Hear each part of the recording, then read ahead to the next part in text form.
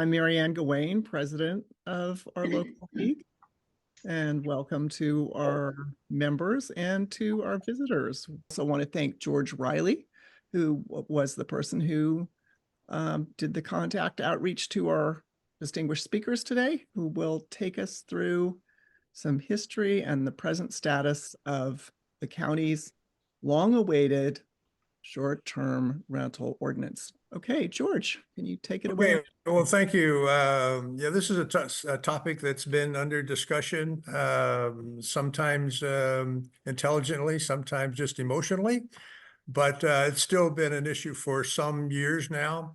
The high impact area has been on the peninsula, largely in District 5, which is Supervisor Mary Adams' district. The county and the unincorporated area has a substantial population in this area.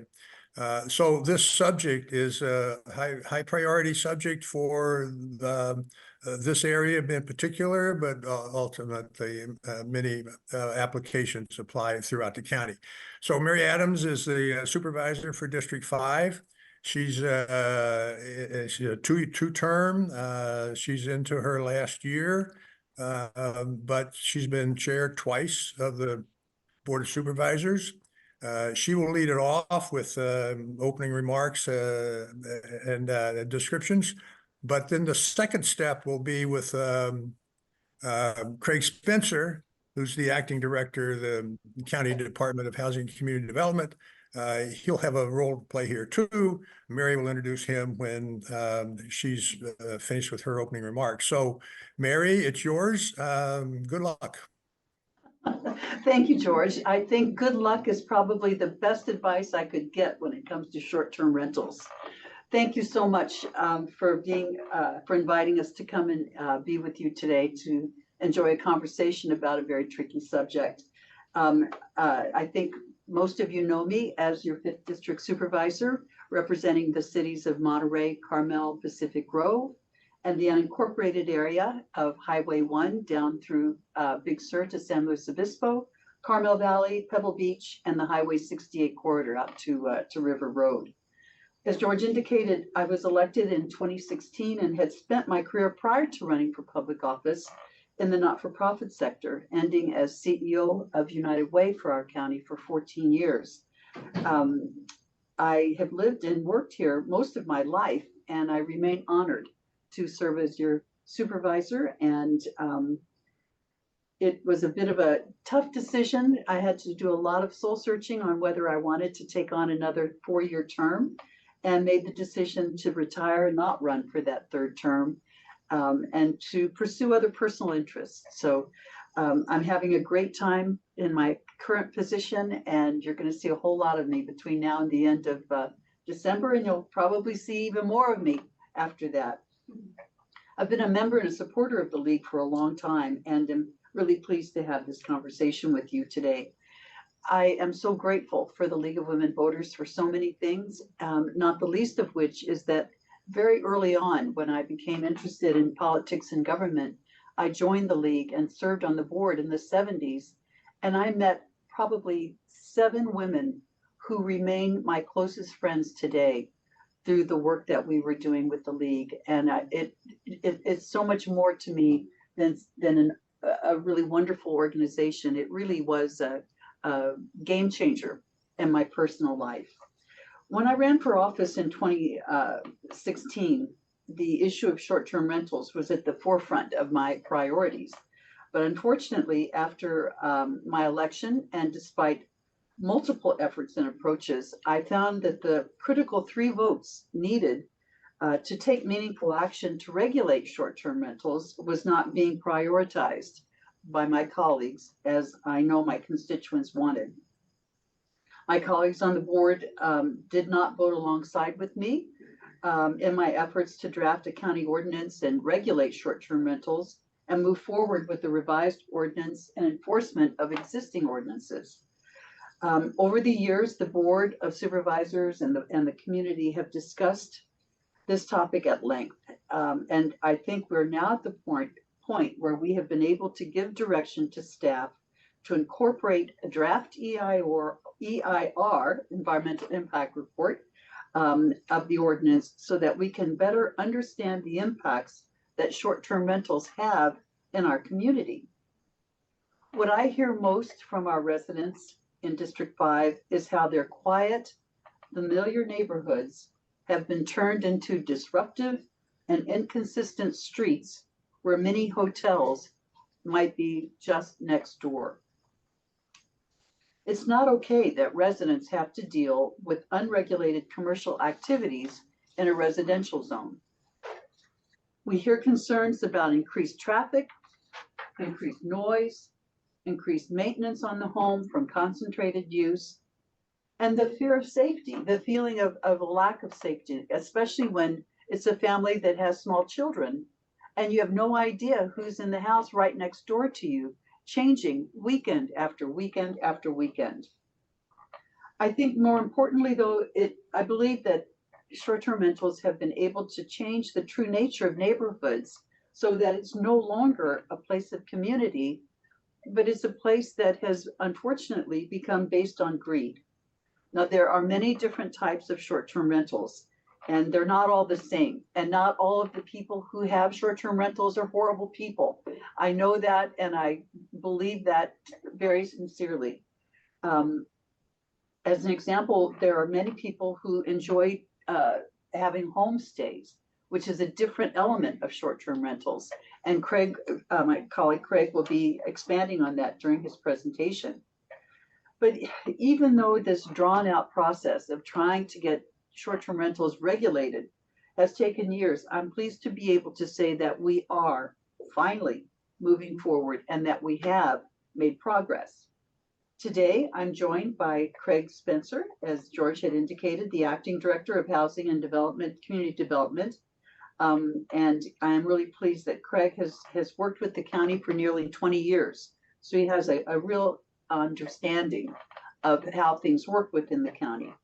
I'm thankful to have Craig as a colleague and to join us today to provide a presentation on where we stand now with the short-term rentals and how you can become involved and be able to process and comments and to provide feedback before the ordinance comes to the Planning Commission and then to the Board of Supervisors and then adopted and implemented in the county.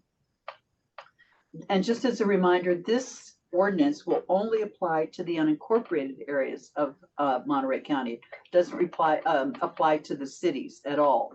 And it doesn't apply only to the 5th district, although I think the figure is something like 95 or 98% of the short-term rentals are all right here in our neighborhoods. But it does not apply to the cities. The cities have their own ordinances. So with that, I just want to say thank you again so much, Craig. We have our Valentine flowers here, so I'm looking through the aspidistra to see him over here. But thank you, Craig, for being with us today. And once Craig's presentation and his PowerPoint is completed, we'd be happy to answer any questions that you may have.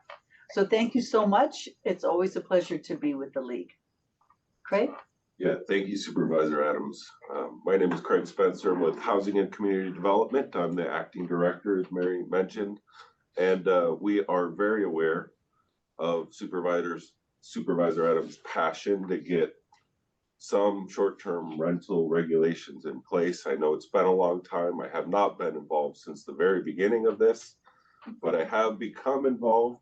I'm going to go through our vacation rental ordinances with an overview. I'll let you know where we're at in our process and what the next steps are. I'll give you an overview of the environmental impact report we've prepared for these ordinances, let you know where to find information, how to get involved, and then I'll turn it over for questions and answers at the end. So broadly, we intend to adopt regulations for vacation rentals in the unincorporated areas. That would be through our zoning regulations, both inland and coastal. Those are titles 20 and 21 of the Monterey County Code.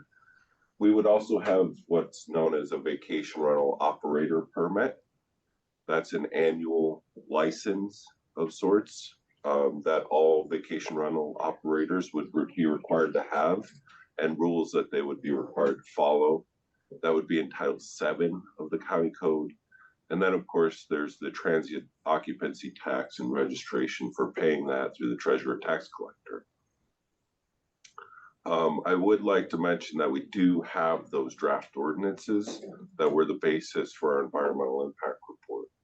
Those draft ordinances were prepared over the course of a number of years with input from focus groups, from the public, from many different committees, the planning commission and the board. I think they all recognize that there was room for improvement or, potential modifications, but ultimately it got to a place where we needed an ordinance on which to base our environmental analysis and move forward. So that ordinance that is the draft is part of that analysis that was the basis for the draft environmental impact report. There are alternatives considered in that environmental report, and it is possible that those ordinances change between now and when they're finally adopted and hopefully become effective. Vacation rentals, though these include the rental of residential property for less than 30 consecutive days. 30 days or more is considered a long-term rental. Essentially, someone lives in the home and rents it on an ongoing basis. But those short-term rentals are the ones that people are coming for vacation for shorter amount of time, and there's turnover of those occupants. Within the ordinances that were the basis for the environmental impact report, there are a couple of key things I do want to address. Again, this can change, but there are two different types of vacation rentals. One would be a commercial vacation rental. Those are properties that rent more than 3 times, more than 3 contracts for a short-term rental in a year's period. There's limited vacation rentals, which is 3 or less rental contracts. The concept there is that if someone were to go on vacation or during car week or one of the major events we have, they could rent out their house up to 3 times per year without being considered a kind of a permanent vacation rental or commercial vacation rental, where typically people don't live there most of the year, but they do have vacation rental contracts throughout the year. There would be an allowance for commercial vacation rental in almost all the zones with a use permit under the existing ordinance. And then the limited vacation rentals would not require a discretionary permit, but would still require that operational permit, the vacation rental operations permit. I have mentioned the discretionary permit requirement. Right now, the hearing authority for that permit would be the zoning administrator. Those are noticed public hearings that go in front of the zoning administrator and allow anyone to comment, attend, and speak at those meetings before a decision is rendered. There is a mandatory time on the use permit if it is ultimately granted. Someone could obtain a use permit for a 7-year term to operate that commercial vacation rental. And at this point, there is a 6% cap of the total number of residential dwelling units in an area. So it's by our area plans or land use plans, the total number of residential units that exist within that area. No more than 6% of that total number of residential units could be permitted as a vacation rental. Again, the limited vacation rentals don't require discretionary permits, so there wouldn't be a limit on those. There are 2 areas specifically that are prohibited for short-term rentals. That is within the Big Sur Coast land use plan and within the low density residential zoning of the Carmel area, which is mostly the Carmel Highlands area. Those are specifically because of the long times that it takes for emergency access, the non-conforming roadways, the limited housing opportunities, and a number of other things that we intend to more clearly describe as we move forward here. I just wanted to show this table for everyone to see. This comes from our EIR, and it's broken down by area. Shows the total number of residential dwelling units by area. What that 6% cap would be by area. The number of current advertised vacation rentals, that was current as of the time we published that EIR. It changes here and there based on who's listing their property and who isn't. But those changes aren't usually that significant within, you know, a few months timeline, but over the years it has increased significantly. And then on the far right column, it shows what the delta would be between what is existing in that number of current advertised vacation rental dwelling units column and what it would be proposed with a 6% cap. So places like Carmel and Big Sur would have negative numbers because in Big Sur they would not be allowed. And there were 37 advertised as of the time we published the EIR. Just useful information that came from our EIR, and thought I would share that with you. Couple more points. Again, I mentioned the ministerial vacation rental operation permit.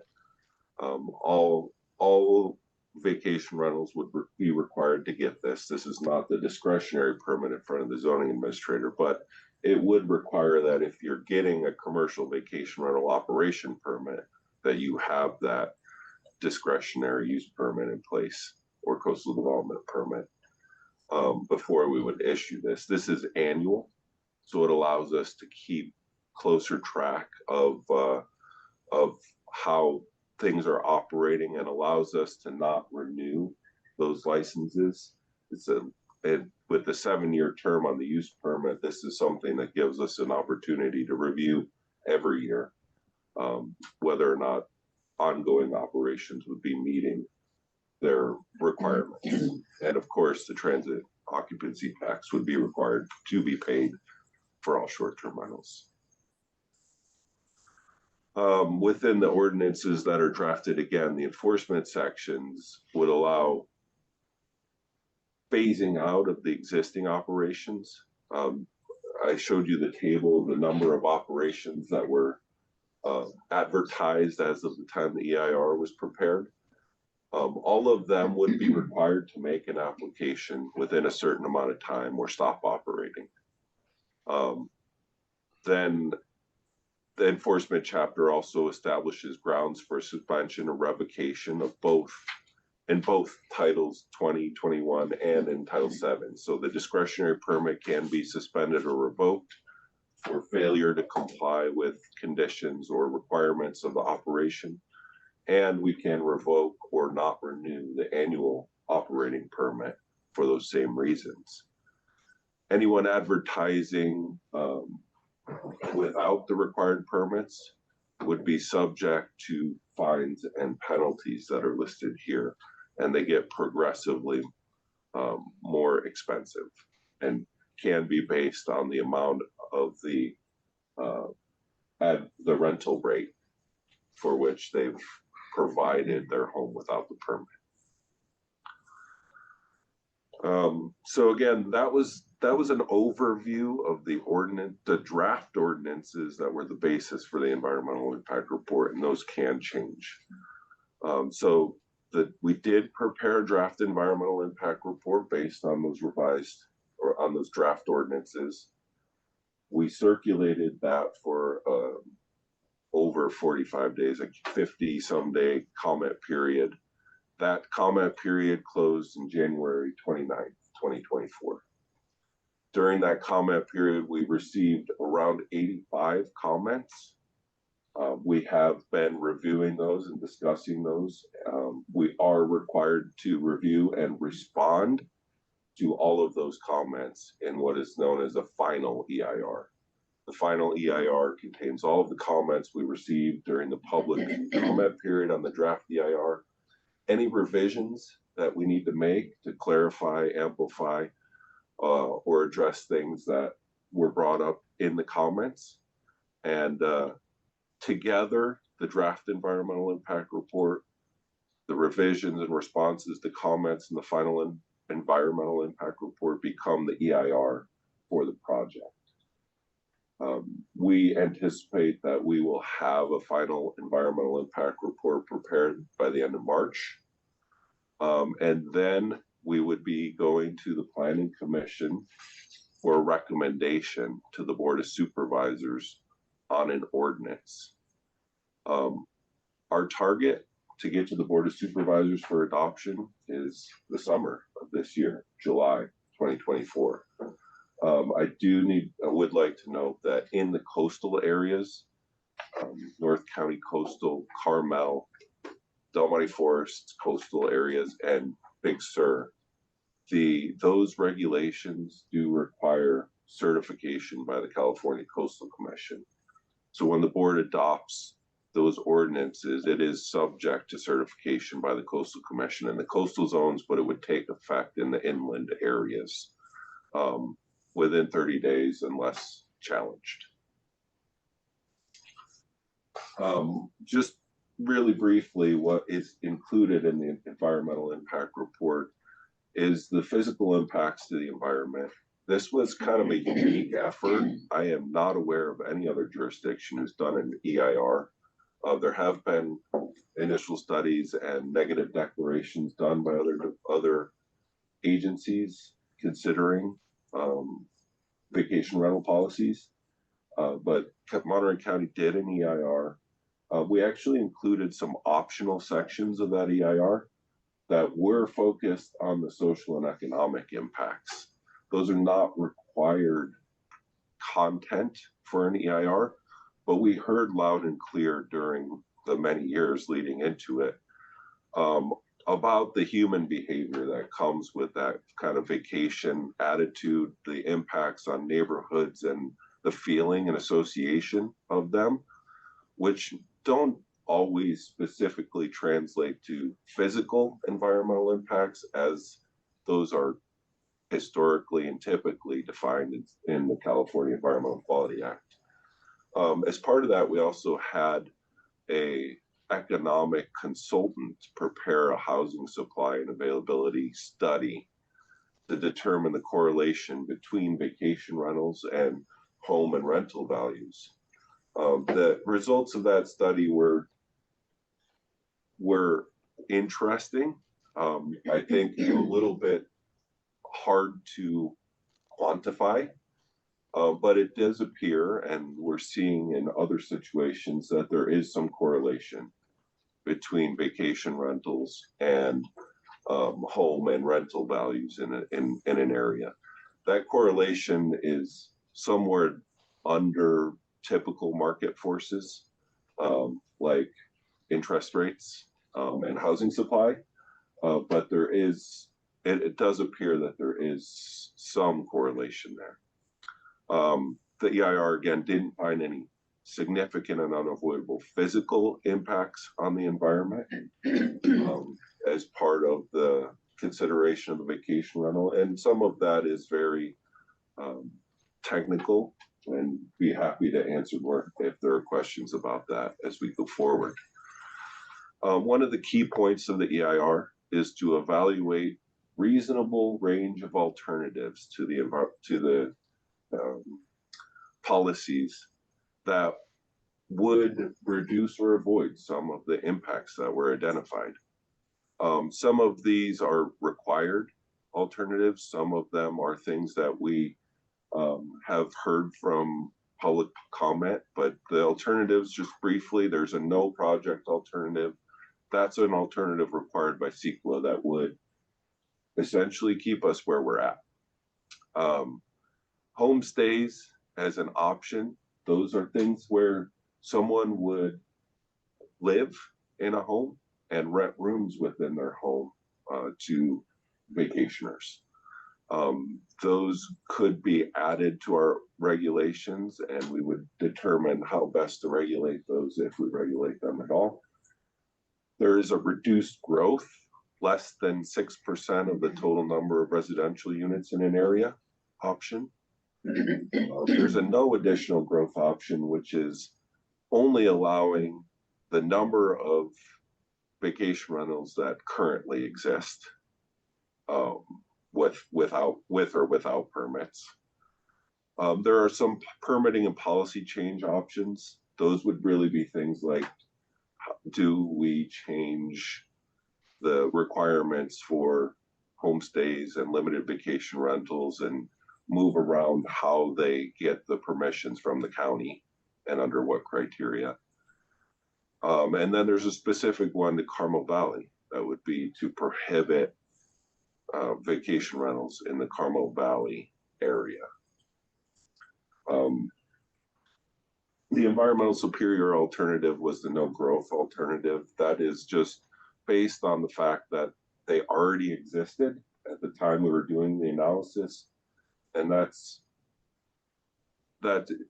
called what is a baseline. It doesn't mean that that's going to be the selected option when we get to the board.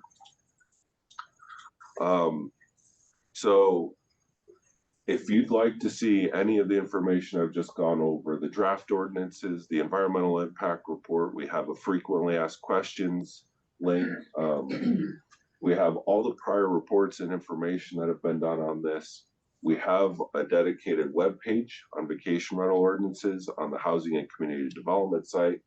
I've included a link here, and I'll make sure that this presentation gets made available to anyone who's interested after this meeting. I've gone through some of the timelines for where we go from here. If you are interested in being involved in this process, you can request to be added to our contacts list and write any written comments or feedback you desire by emailing us at the email on the screen here, hcdcomments@co.monterey.ca.us. You're also encouraged, by getting on our interested parties list, you'll receive notice of hearings. And if you're interested, you're encouraged to attend those hearings. Write letters to the Planning Commission and the board when it goes there. Show up to those hearings and speak and let the supervisors know how you'd like to see vacation rentals regulated. I've given the contact for the acting chief of planning, who's been involved a lot for most of this process, on the screen here, as well as my direct contact information if you have questions after today's meeting. And that concludes my presentation. I will turn it over and be happy to attempt to answer questions if there are any. Thank you. Thanks very much for your presentation, Craig. And as we start, I'll go ahead and move forward with a couple of questions or comments, and then we have the questions that have been submitted as well. Marianne, I don't know if you wanted to do that, but I'm happy to do it since I've got them just here. That's great. You probably even have a better visual on it than I do. So thank you, Mary. Yeah, good.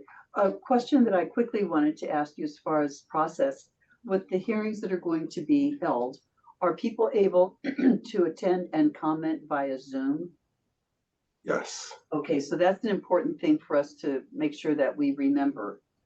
And then of the 85 comments that have been received, how many, could you tell me whether or not we know the difference between how many people have responded who are engaged in the short-term rental business and how many are just people who are being like the normal person in the neighborhood? Is there any way of letting us know how that's balanced at this point? I don't have an exact number. I would be guessing, but it is pretty heavily weighted towards the neighborhood perspective and the concerns over the impacts within the neighborhood from the residents. We did get a number of comments, much smaller percentage from those operating vacation rentals and from the Vacation Rental Alliance, which is kind of the an organized group for pro vacation rentals. Thank you. Thanks very much for that. That was not what I was fearful about. So I'm happy to hear that information. I think when we started this process, Craig said that there's so much of this that is an emotional reaction rather than, let's just look at the data. And the EIR, fortunately, gives us an opportunity to look at the data.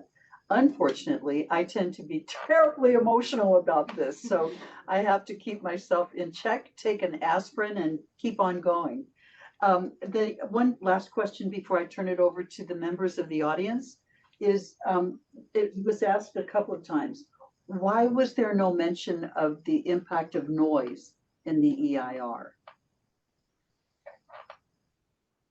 Noise would be created through, well, there are regulations in the ordinance that require compliance with the county's noise regulations, which are also being worked on.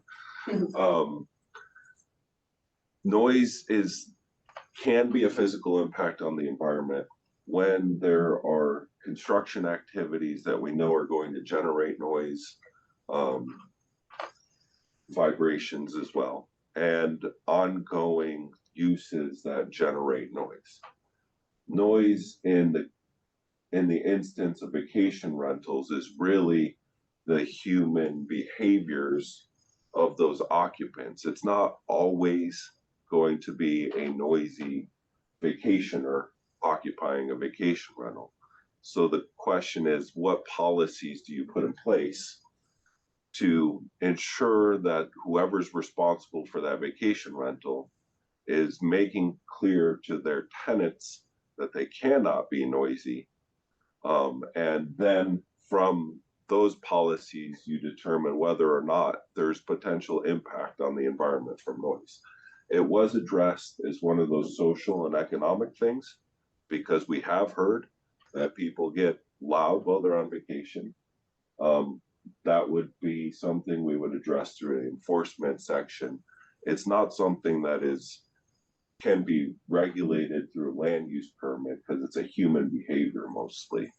But we can make the vacation rental operator responsible for ensuring that the noise doesn't become an issue.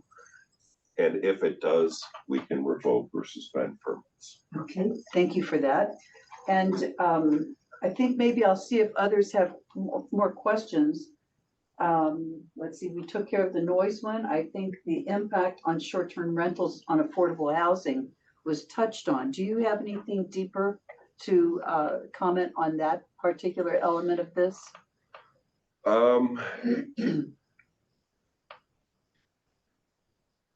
I'd encourage people to look at that economic study that was prepared. I've also seen a number of emails with newspaper articles. I think things are coming out almost daily from other jurisdictions about their experiences with vacation rentals, how they banned or limited vacation rentals, and what the effects were on the housing and rental markets in those areas. I have seen something from LA recently and from Lake Tahoe, both of which we're tracking closely. Tahoe in particular had a large number of vacation rentals within their neighborhoods. There was a decrease in property values, at least the listing prices of for sale housing units after they limited vacation rentals, according to the articles I saw. Same was true in places like Mission Beach and San Diego, according to the articles I saw. So those are things that are coming out even as the EIR was being in its public review period and after.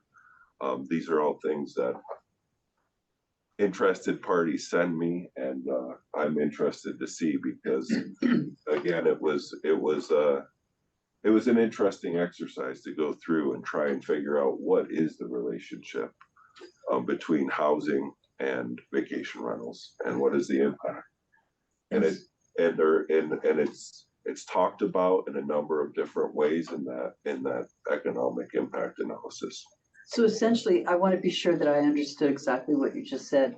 So essentially, what that means is that if a house had been a short-term rental and all of the houses in that neighborhood were based on the same thing, and the short-term rental house sold, then the short-term rental house itself went down in value, or all of the houses around it went down in value? I wasn't quite sure what you meant. I think it was more broad than that. It was overall. There's a lot of factors that we had debated and talked about and asked our consultant to look into.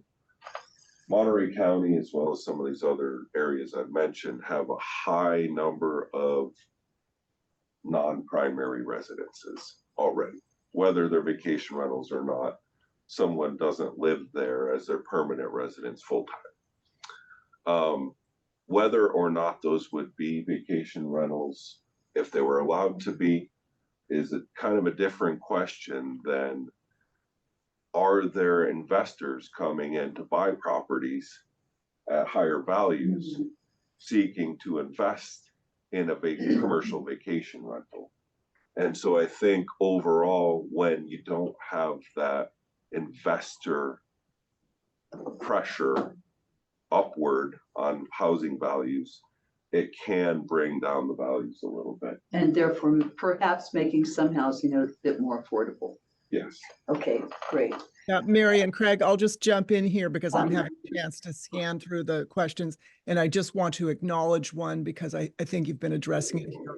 But I think it's Scott is saying, how do you encourage an increase in quantity of affordable long-term rentals when short-term rentals produce a higher level of income for owners? So that would be saying that there's an income stream associated with it that would tend to raise prices. So anyway, you've addressed that, but I just want to acknowledge that we had that additional question related. Thank you. And so this question then is the same thing. Does the draft ordinance make any distinction between owner-occupied properties versus not owner-occupied properties?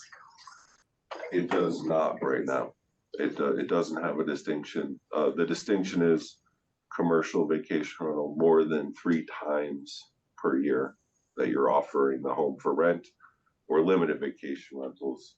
The alternative would be the homestay, where the idea is someone does occupy that home. Okay, so it says that is this the question? Mm-hmm. How are we going to deal with areas that are already over the 6% cap? That is something we have to determine. So there's a number of ways to do that. If we're going to require that everyone who's operating make an application within 30 days of the effective date of the ordinance or something. Can't remember the exact timing.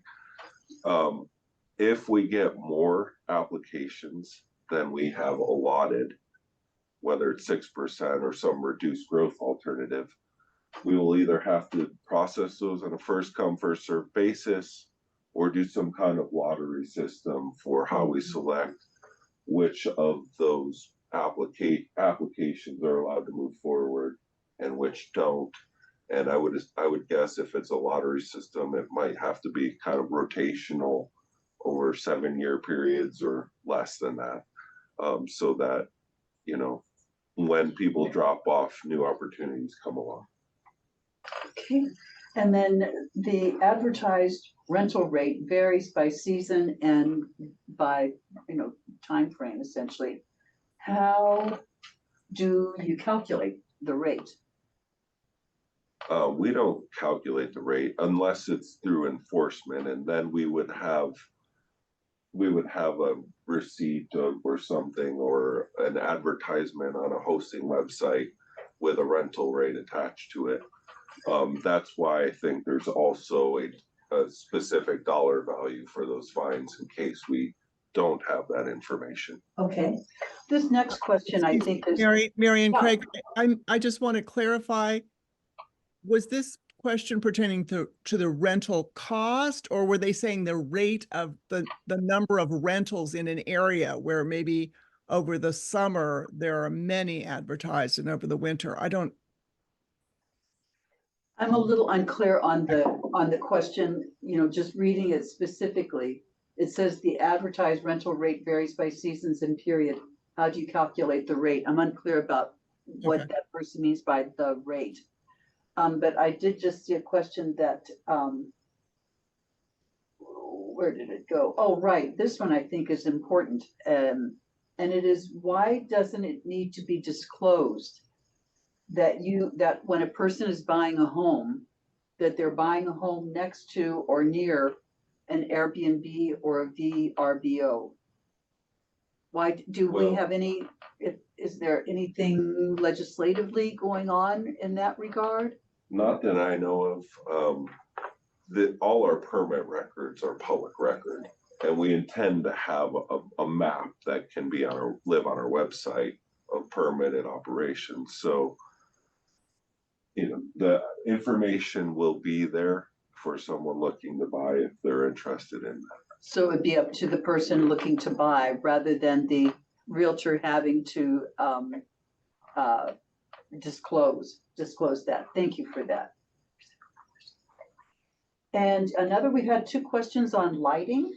We're surrounded by known unpermitted short-term rentals that have very bright lights. Yes, lighting as it affects neighborhood wildlife. We have less owl presence, it seems, when night lights are left on excessively, with one nearby vacation rental in the Colonel Valley Village. Any comments on lighting? And I didn't see that mentioned in any of the specifics of the ordinance. Yeah. We do have lighting policies that we can enforce. Again, our lighting policies are when a home is constructed, remodeled, whatever it might be, the exterior lighting fixtures need to be downlit and shielded so you can't see the light bulb and the source of the light. It's supposed to illuminate the area, the ground in front of the door, garage usually, where someone's walking, and not be just shining out directly at other people, creating glare, or up at the sky, creating a dark sky issue. We can address that absent the vacation rental issue. It might be worthwhile, now that this is being brought up, to include a policy that requires all the exterior lighting to be on a motion censored basis or something of that to that effect. So you're eliminating the issue of people not switching the lights on and off properly. But so there's two parts to it. One, it would be trying to address that through the regulations of vacation rentals. The other is addressing it as a lighting issue all by itself. It's very interesting. So George was just asking the question that was on the tip of my tongue, so I'll give him credit for the question. And that was,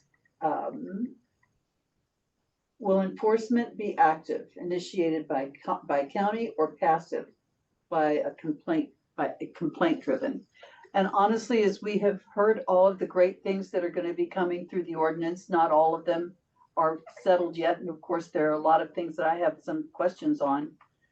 But when you just cut to the chase, the bottom line is, if we don't enforce it, it's not going to make any difference.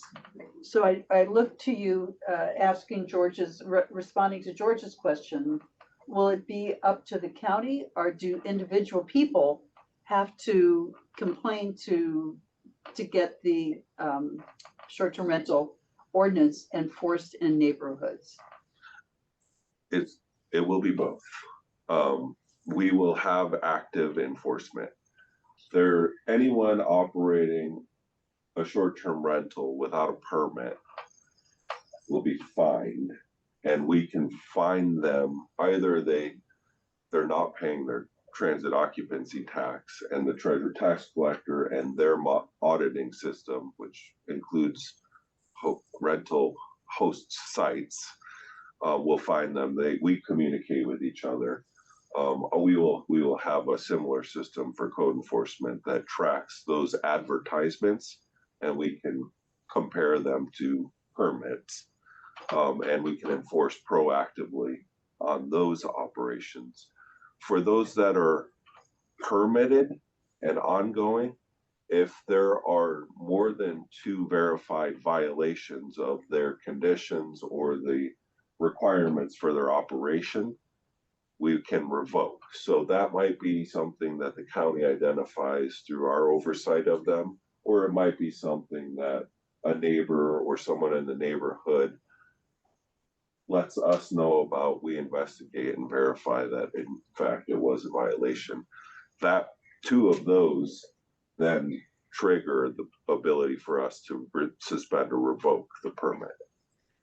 I think there has been some concern, I've heard it mentioned at any rate, that the process that we have in place now, where a letter is sent, and then you have to wait a certain amount of time, and then another letter is sent, and you have to wait a certain amount of time before finally you can put teeth in it with putting forward either a fine, or I don't even know if you can go beyond that and say X number of fines and this goes on the title.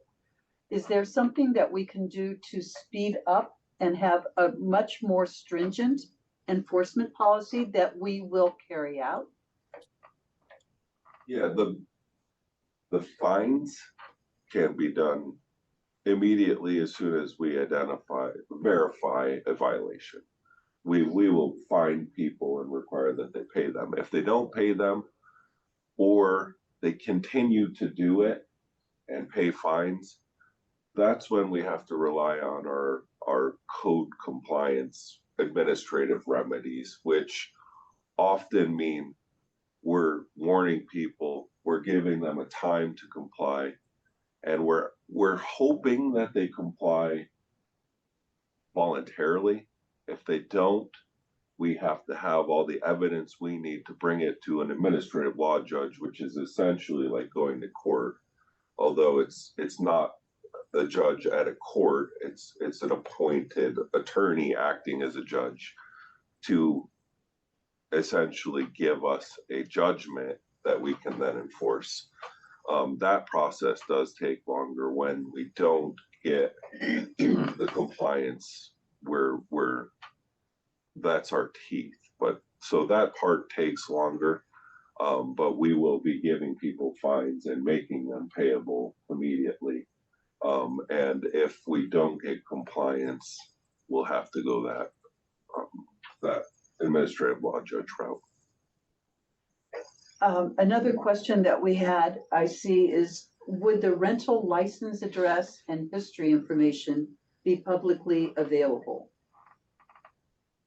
Can you repeat that? Sorry. Will the rental license address and the history information be publicly available? So as you were talking about the map, Yes. that would have, here's the dot on the map that shows this house is a permitted Yes. short-term rental. Will people be able to get the background information on that? Like it's rented every night, or it's, no complaints about this one, that sort of thing. The address, so you know exactly what the address is, you know exactly what the history is of compliance or non-compliance. Yeah, so there will be information available about where the permitted operations are. There'll be permits that can be attached to that, made available. The number of times they rent, and for how much, that probably won't be part of that interactive Right, map. I can appreciate that. But, it will be something that is important for us to verify what is commercial versus limited vacation rental. And so we'll have a mechanism for making sure that people who are operating as a limited vacation rental aren't exceeding those 3 per year limits. And the address would be specific. Yes. Yeah, okay. Any other ones? Colleen, what about a 3-bedroom home advertised as sleeping 10 people? Do we have any control over these misleading advertisements or? Yeah, so the ordinances that were the basis for the EIR actually limit the number of people to a maximum of 2 people per bedroom or up to 10 people at night. During the day, you can have guests, which is actually up to 15 people, a maximum, depending on the number of bedrooms. But that is in the draft ordinance right now. And it's based on the Uniform Building Code maximum occupancies, 2 per bedroom plus 1 usually, is the maximum occupancy of a unit. Plus, there may be limitations in a lot of areas of the county for septic purposes, and we are coordinating with environmental health on review to ensure that if we're issuing a permit, they have the adequate utilities. I think people would probably want to know if we will be staffed up enough to be able to really control this once it's passed. Will we really be able to ensure that we've got the staff that can respond to the questions and concerns from the residents, and that there will be something that takes place? Well, that's a good question. So we are going to do our best to put together an analysis of just that. It's going to depend a little bit on how the ordinance works out, but I think we have a general idea, even if it's no vacation rentals and we're just doing all enforcement, we may need more enforcement staff. But if it's some portion of vacation rentals, you know, how many are we talking about? We're going to need to do an analysis of what is that going to take from our staffing perspective, from any of our software needs, like the online platform tracking system. And we'll bring that forward as part of the analysis of the overall package. Ultimately, we hope that we'll get it. But that might be something that the board has to act on, because it does have budgetary impacts if there are need for more staff. Just to clear my conscience, I have to remind people that I was able to get 2 positions Yes. for enforcement officers in the budget a number of years back. And, you know, it just got trickled away into enforcing other things. Yeah. It's Well, not. Right now, we are doing some enforcement on vacation rentals that aren't complying with the rules that we can enforce. Thank you. And those code enforcement officers are doing that. They're also doing a lot of noise complaints and enforcement. So there were the 2 code compliance officers. Those 2 are dedicated to noise and vacation rentals. They help if they have the capacity to help with other cases, illegal construction or vegetation removal, but mostly they're focused on noise and vacation rentals. Thank you for that. I have another question that was asked, and the question is, where did the 6% number come from? I remember it at a very painful board meeting. I don't know, maybe I'd better hear your perspective on it first, though. I don't know the answer to that. It's likely. I'm not going to throw anybody under the bus. But it took place at a board meeting, and we were trying to, get some kind of agreement. And I was adamantly opposed to this level of allowing 6% of housing to be short-term rentals. I mean, I think the number being discussed at that time may have been as high as 10. I don't remember what it was, but it was huge. And the pounding the shoe on the table kind of feeling. And one of my colleagues came forward with 6%. And unfortunately, 3 people agreed to that. So I didn't, but that's where it came from. It was it took place at a board meeting. And there you have it. So let's see, what else do we have here? Well, Mary, I just like to, let's do a lightning round because we still have some great questions here and we just have a few minutes. So go for it. I see, will the county be doing an actual house check on the applications to see that the property matches up with the. And is there an alternative in the DEIR that requires STRs to be in commercial areas? Have you considered confining them to commercial areas as commercial activity?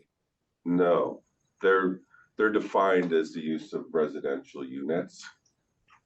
We have some, but not very many residential units in commercial areas.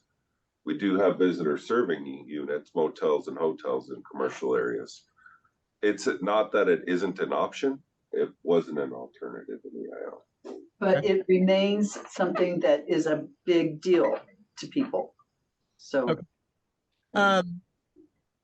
Actually, I have a process question that I was going to put at the end, but I think it would help me understand it right now. I just want to understand the process. So when you're talking about this, or earlier when you made the point, oh, well, perhaps motion sensor lights would be an option, just as a for instance, I'm having a hard time understanding what can be included if motion sensor lights or something else, the commercial areas were not mentioned in one of the 85 comments on this. Could they still be incorporated now, or are we limited to comments previously made? They, all the way up through the final adoption by the board and certification by the Coastal Commission, changes can be made. There is a limit. It's really about whether or not the environmental impact report didn't consider some alternative that creates a new impact. But things like motion censored lights will not trigger environmental review. All those alternatives and the consideration of them and many iterations of them would be covered. But something way outside the box that wasn't considered and its potential environmental impacts not considered, that could potentially raise an issue, but we'll address that when we come to it and know what that is.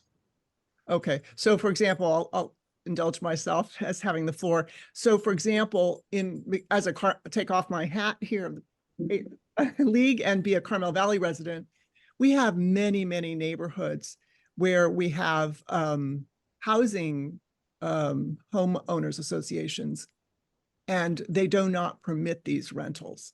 Mm-hmm. So the 6%, if half of the Carmel Valley is governed by homeowners association, then 6% looks more like 12% to the remaining part of the valley. Is that a kind of comment that can be made at some point now?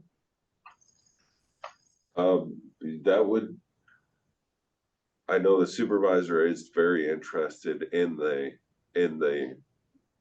concentration issue. And so we're looking at ways in which to deal with that.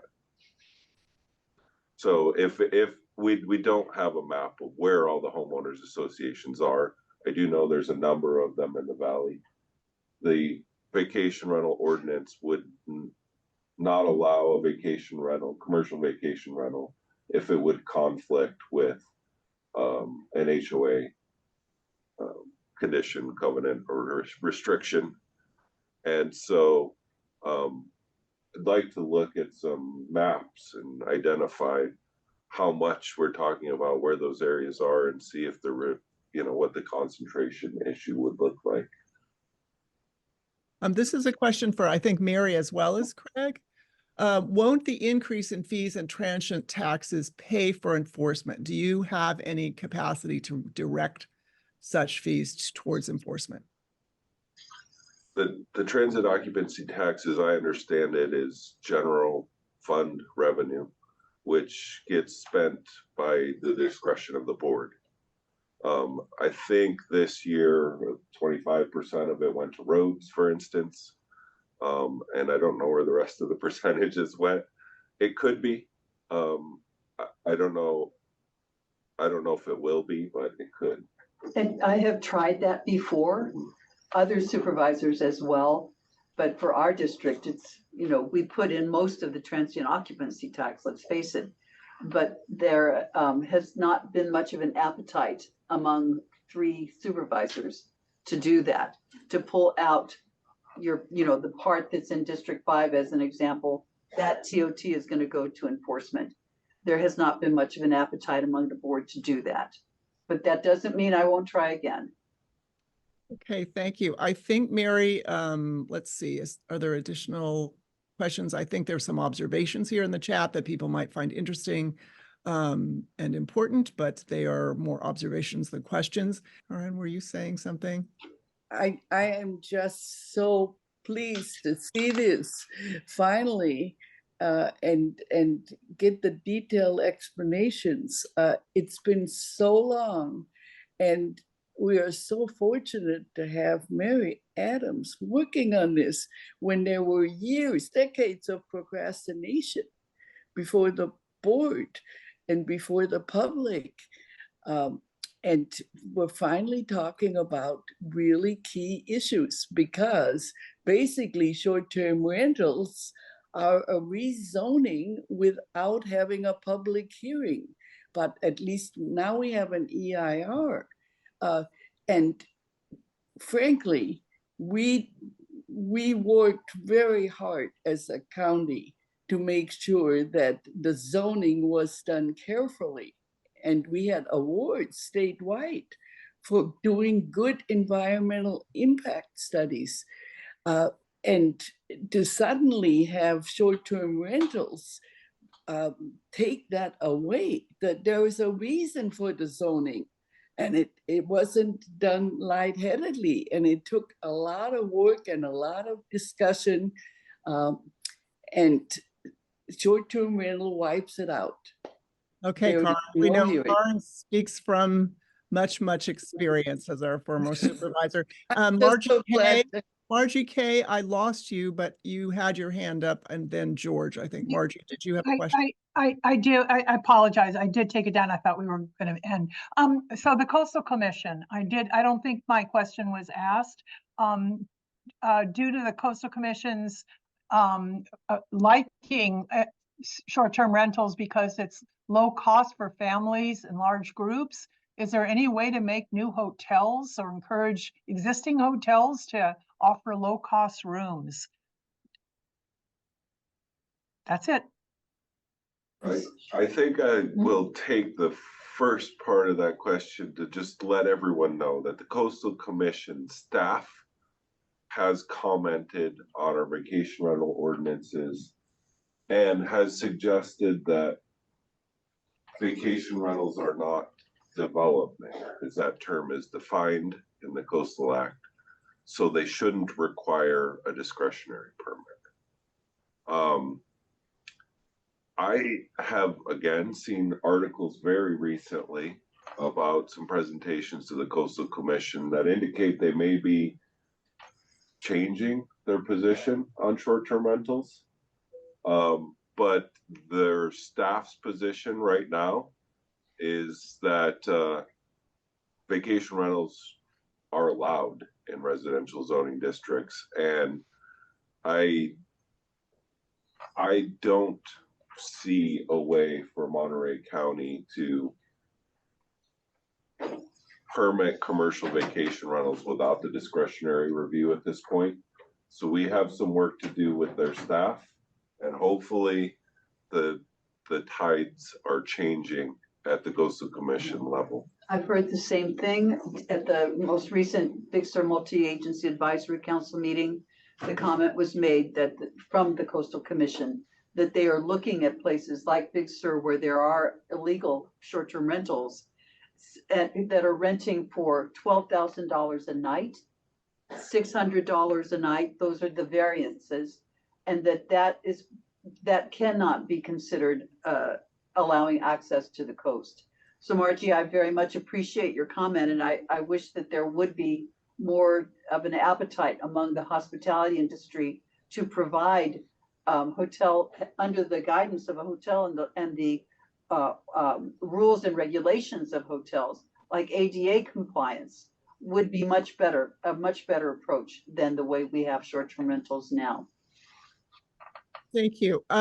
So we're just about to wrap it up, and I was going to give the last word to George, but someone called iPhone 2 is asking to speak. If iPhone 2 can have the floor for Q&A for a minute, I don't know how to recognize iPhone 2. Go ahead. Hi, my name is Donna Lawson, and I was just wondering, I sent a couple comments about whether it's an STR or homestays, is whether when someone applies, is the county going to go out there and actually look and see that the permit that they're applying for is what they actually have to offer, you know, versus just looking at a permit that comes in and saying, okay, well, you know, this is it. I'd like to know if they're actually going to go out to every single, you know, a person that's applied and make sure that they are telling the truth and they're honest about what they're actually applying for. Yeah, I think Thank we you. touched on that, and I think Craig said, but go ahead, Craig. Yeah, we will go out. We will require the applicant to provide us information showing they meet the criteria to get the permit they're seeking to get. And then if we find out they've lied or tried to, play the system, that would be grounds for revocation and suspension. So that's an ongoing, it's going to be an ongoing thing to make sure people remain in compliance with the terms of any permits they're seeking and or receiving on this. But will you be going out and checking before you even give the application? The permit, before you give the permit? For commercial vacation rentals, yes. I don't have the answer for some of the other items at this point. Probably we will be going out at some point. Whether we go out before we issue a limited vacation rental permit or not, I can't say for sure at this point. Thank you. Okay, George Riley, could you like to wrap it up for us? Yes, I understand that, the county can't do everything and they can't have staff available on everything that comes up. I understand that. Littering, dumping, potholes, noise, you name those kind of things. Short-term rentals may be in between that kind of complaint and then some more systematic approach to just building permits. But could you describe briefly the services that you will be using to help you monitor and manage this process? You mentioned some automated services. I was mainly curious about that. Well, that's one of the things we're exploring right now. What our treasurer tax collector has a program. It's more so an accounting program now than a tracking program.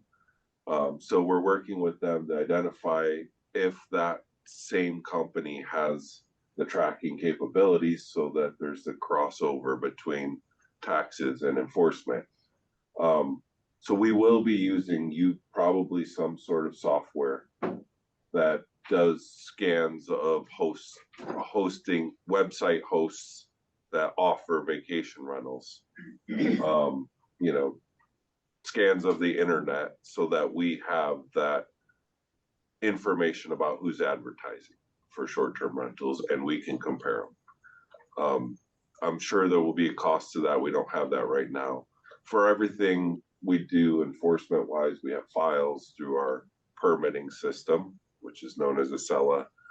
And we have paper copies going back many years on a number of things. So we're still building that details on that a little bit, but we will have software and operation procedures in place to make sure that we are operating as efficiently as possible to do the enforcements and oversight of the vacation rental permitting, both from when we review an issue all the way through how we inspect and enforce. All right, I just want to thank Supervisor Mary Adams and Acting Director of HCD Craig Spencer for sitting in the hot seat on a really, really important issue for our entire county, one that is obviously near and dear to the hearts of people closely affected this, but I think because of the affordable housing questions, it really should be important to all of us. And I hope that we will take Craig's invitation to monitor this and put in our more than 2 cents worth. So thank you very much to the speakers and for your flexibility about going from live to Zoom. And we hope to see you at another league event sometime soon. Thank you. And thank you to our many viewers and questioners. Thank you all very much. See you at another league meeting soon. Thank you. Thank you. Bye-bye, everyone. Please comment.